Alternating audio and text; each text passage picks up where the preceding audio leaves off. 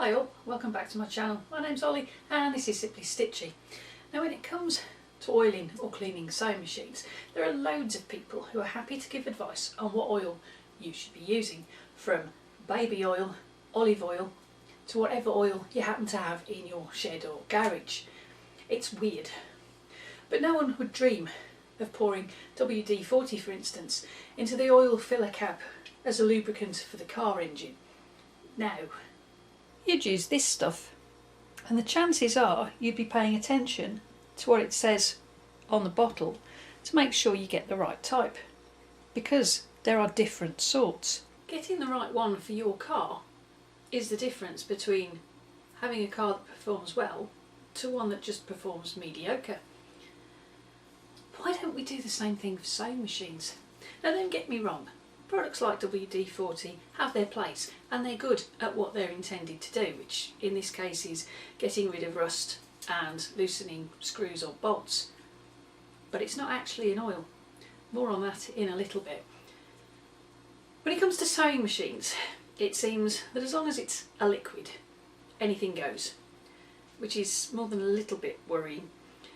Not all liquids are oils, and not all oils are suitable for sewing machines. In today's video I'm going to be showing you not only which oil you should be using on your sewing machine, but why it's the only one that you should be using. Let's get into it. Camel. Before we actually get to the oil that you should be using, we're going to cover some of the more common ones that get used on sewing machines when they really shouldn't be.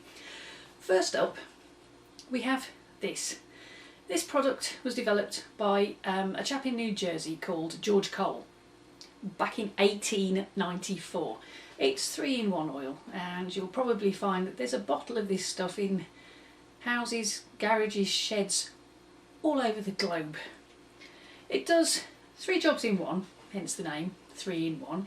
It cleans, lubricates and protects, and it was originally designed for use on bikes, but over time it became the go-to oil for those little maintenance jobs around the house, like squeaky hinges and rusty padlocks. Back in the 70s, we even used to use it on sewing machines. Back then we didn't know any better. 3-in-1 was just a handy oil that was useful on any metal object that needed oiling. In the last 20 years or so, it's become apparent that although 3-in-1 has its uses, sewing machines aren't one of them.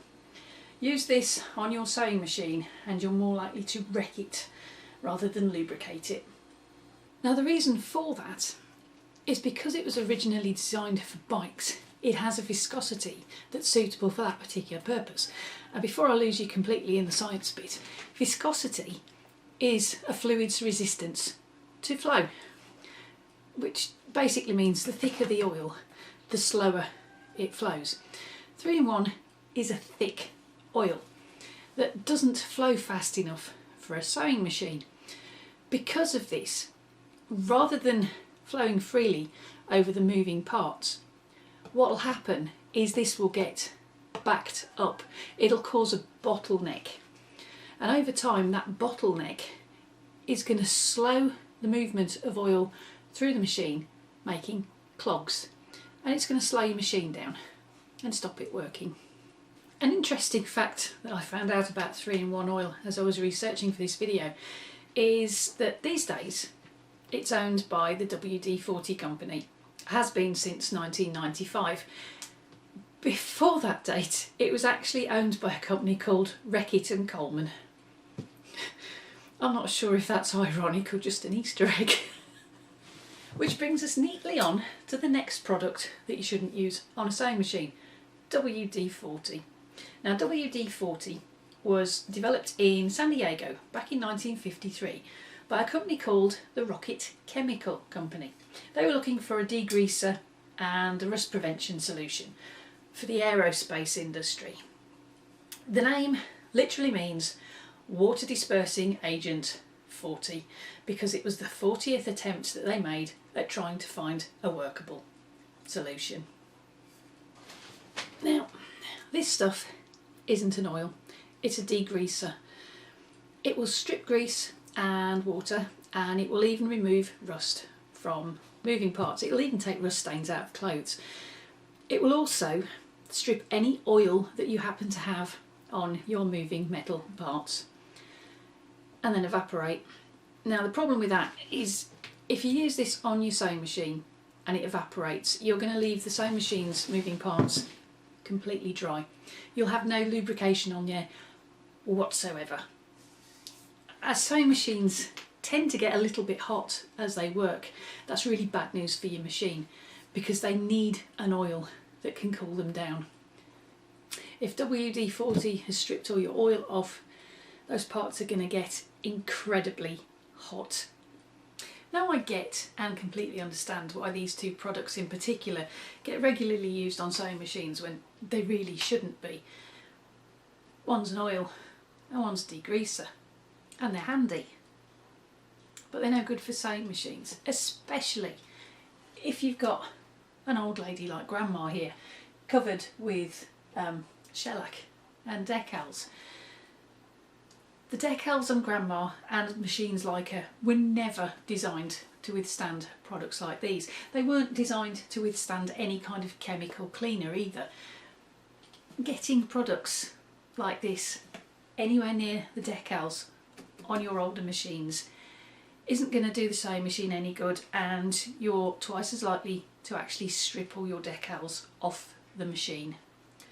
But having said that, knowing that these two products are a no-no for sewing machines, it's these next couple of items that really make me cringe. Got to be honest with you, I'm just left completely gobsmacked that anyone would even consider using this next item on a sewing machine, never mind actually use it on a sewing machine. Breathe. Baby oil. Baby oil is essentially a mineral oil with a fragrance added to it. It's normally used on babies, weirdly enough, to lock moisture in after they've had a bath. It's an emollient. Basically, it soothes, softens and makes dry flaky skin just feel that little bit more soft and supple. Adults can use it too as a moisturiser, and you can use it to remove oil, grease and paint when you've been painting and you've got it all over your hands. It also eats away at adhesive, you know, the sort that you get on sticking plasters or band-aids. There are two key facts that you need to keep in mind with baby oil. Number one, it strips paint and adhesives. Now, Roger Wilco here, my Singer 15K80, is covered in paint. He's also covered in adhesive. Only in this particular case, it's more obviously known as varnish, and it's called shellac. Baby oil used to clean this is going to strip the lot off. The second thing that you need to be aware of is baby oil is designed to be a moisturiser for human skin. As far as I know, to the best of my knowledge, I am not aware of any sewing machine manufacturer, either past or present, that has ever made their sewing machines from human skin. Now, I could be wrong. I don't know all the sewing machine brands that are out there. If any of you do actually know of a sewing machine manufacturer that makes their sewing machine out of human skin, please let me know in the comments. I'd love to go and check them out. When you want to oil your machine, you're not moisturising it. You want to lubricate it. There is a very big difference between the two. Moisturising is when you lock moisture in, and by moisture what we're talking about is water. When you lubricate something, what you want it to do is you want it to move freely and smoothly against another surface. If you don't lubricate two pieces of metal, for instance, you'll get like a jaggedy movement. If you lubricate it, put some oil in between, it's softer, it moves easier. You also want to keep moisture, or rather water, away from your machine, because two of the key ingredients for rust are water and metal. Rust isn't going to help your sewing machine feel smooth or run nicely. Next up, we've got cooking oil. Now in this section, I'm going to be covering olive oil, canola oil, coconut oil, vegetable oil, butter, peanut oil, or any other substance that you can use to fry or cook your food. All of them are meant for cooking. I mean, seriously, why?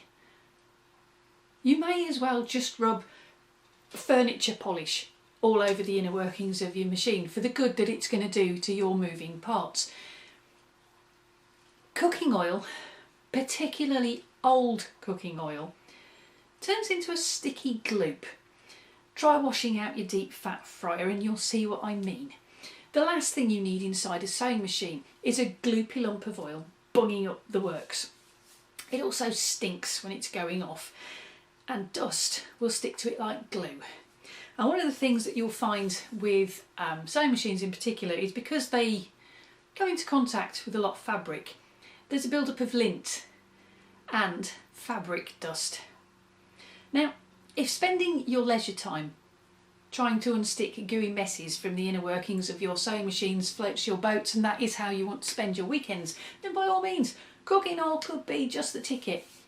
It's not going to lubricate your machine though, and it stands a good chance that you will get frustrated beyond belief. Another problem with cooking oil is sewing machines tend to get very hot as they work, and the oil that you use on them needs to be able to cool them down. Cooking oil doesn't tend to get cooler as it works, it gets hotter. That's how it fries your chips. If you care about your sewing buddy, keep the cooking oil for cooking. And just so we're clear, don't use furniture polish to lubricate your machines either. Now that we've looked at some of the products that you really shouldn't be getting anywhere near your sewing machines, what products should you be using? Well, it's pretty simple really. You should be using this, sewing machine oil. Now sewing machine oil is a watery mineral oil. Now it doesn't mean it's got water in it, it means it's a free flowing liquid that's thin and lightweight, and it's also got a low viscosity, which means it runs freely quickly. And what that means is this oil will run at the speed that a sewing machine needs it to. It won't back up. Unlike baby oil, which is also a type of mineral oil, this one doesn't contain moisturisers and it doesn't contain fragrances. Sewing machine oil is odourless, stainless and colourless, which is great news for fabric which tend to come into contact with sewing machines.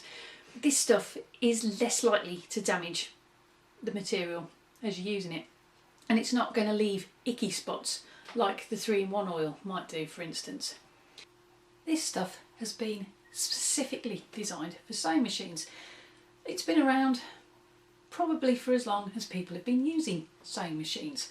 In fact, sewing machine manufacturers back in the day of sewing machines with decals knew that at some point or other this stuff would come in contact with the paintwork on the machine, so they designed the decals to be able to withstand the sewing machine oil, which means this stuff is probably the only product that is safe to use with these kind of machines because it won't harm the paint finish or attack the shellac.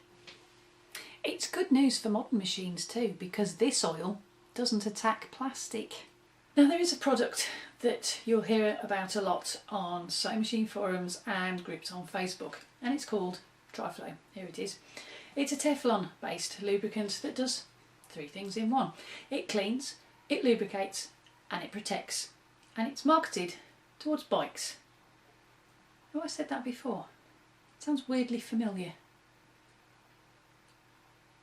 Anyway, I haven't used it. It's more expensive than sewing machine oil, so I don't tend to bother. And having checked the Triflow website, I have alarm bells ringing in my head. The website and the blurb that's on there is aimed specifically towards bicycles. Now bikes need a different viscosity or oil thickness to sewing machines. Their workings don't move as fast or get as hot as the inner workings of a sewing machine. Well, not when I'm riding a bike anyway. Which kind of means that I'm not sure it's safe. So in the interests of research, I contacted Triflow and asked them if their products are safe for use on sewing machines. And here's the response. Nothing in our line is specifically for use on a sewing machine. Short and sweet, yeah, but it does tell me 3 things. It tells me, number 1, they haven't tested it on sewing machines. Number 2, sewing machines aren't on their radar. And number 3, they haven't checked with sewing machine manufacturers or had the manufacturers carry out tests to see if it's safe on sewing machines. Now, Triflow in that response aren't saying that you shouldn't use it, but they're not saying that you should either. What they are saying is Triflow wasn't designed for sewing machines. Now my concern here is Triflow and 3-in-1 are very similar. They both clean, protect and lubricate, and they were both designed for bikes. Does this mean that in 10-20 years from now we're going to be hearing tales of sewing machines damaged by Triflow because we didn't understand enough about how Triflow works and how compatible it was with sewing machines? I thought I'd best double check with some companies that should know if Triflow is okay to use or not on a sewing machine. First up, we have a company who've been in the sewing machine business since 1921, making high quality sewing machines for sewing and quilting. They celebrated their centennial year in 2021. Janome. Now I contacted Janome UK because Jerome here is a UK model, and the reply that they came back with is here. We're not aware of Triflow oil and would only recommend using a quality sewing machine oil on our machines. Second, a company famous in both the home and office for innovative ideas and combination machines. It's a company that actually started out as a sewing machine repair company, and they used to work mainly on industrials. Brother. And their response here: we recommend using sewing oil when oiling your machine. Short and sweet. Last up, a company that's been in the sewing machine business since 1851, the makers of the 15, a machine that has become the basis for all modern domestic sewing machines today, Singer. And their reply: with sewing machines we only recommend using sewing machine oil as it is developed for sewing machines specific needs. All 3 sewing machine manufacturers have recommended that you only use sewing machine oil on your sewing machine. Now there are different types of sewing machine oil, from the one I use, which is this one, to the type that they use in industrial machines, and you can also get one that was specifically designed by Juki called Juki De Free. Now this particular sewing machine oil isn't just popular with Juki, it's also popular with other sewing machine brands who recommend that you use it with the newer models in particular. I'll put a link to the selection of sewing machine oils in the description box below. They're Amazon links. I'm an Amazon affiliate. It doesn't cost you any extra to use those links, and you don't have to use them, but I do appreciate it if you do, as it helps support me and the channel.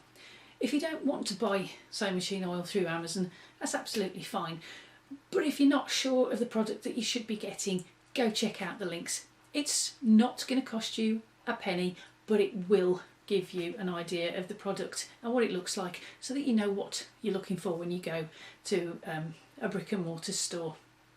The one thing that you should bear in mind when you do go shopping for oil for your sewing machine dealers, the sewing machine aisle at Walmart, fabric shops, all have one thing in common.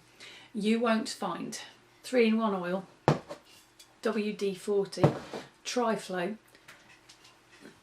cooking oil, baby oil or furniture polish anywhere near the sewing machines.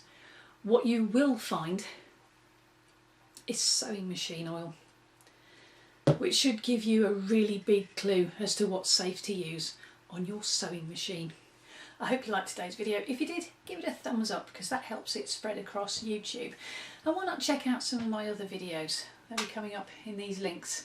any minute now, or you could use the links that are in the description box. Whatever video you go and check out next, hope to see you back here for the next one.